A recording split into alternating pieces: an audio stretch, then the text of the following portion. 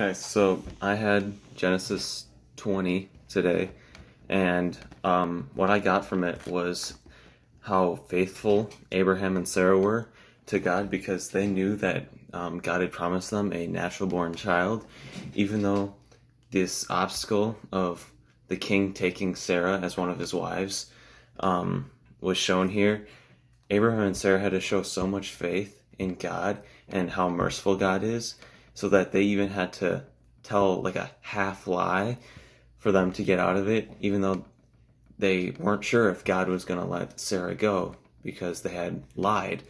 But they had to show faith in what they were doing and faith in God. And I think that shows a lot of what we should be doing as Christians, that no matter what comes into our life, that we just have to trust that God is faithful and that we will eventually get something out of it that will bring him glory, not just what we want, because God won't just do and won't just but guide our path perfectly to what we want, but he will guide our path based on what he thinks we will get the most out of it. Like, if there may be some tough times that we go through, but we shouldn't be afraid of that because God is ultimately in control, and he may be leading you down that path to lead to something that maybe you weren't initially thinking of. So obviously, Abraham and Sarah, God told them, oh, you're going to have a natural born child.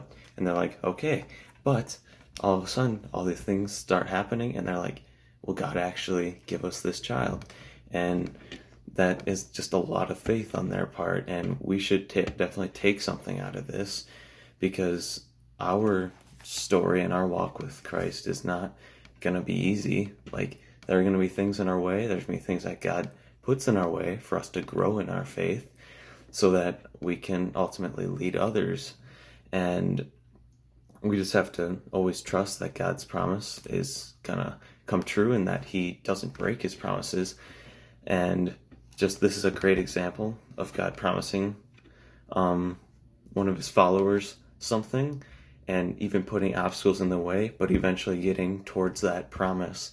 So I think the most important things are faith and trusting that God will never break his promise. And that's really important for us to know, that even if we go through struggles, that we will eventually end up in that promised land that God has always planned for us to be. So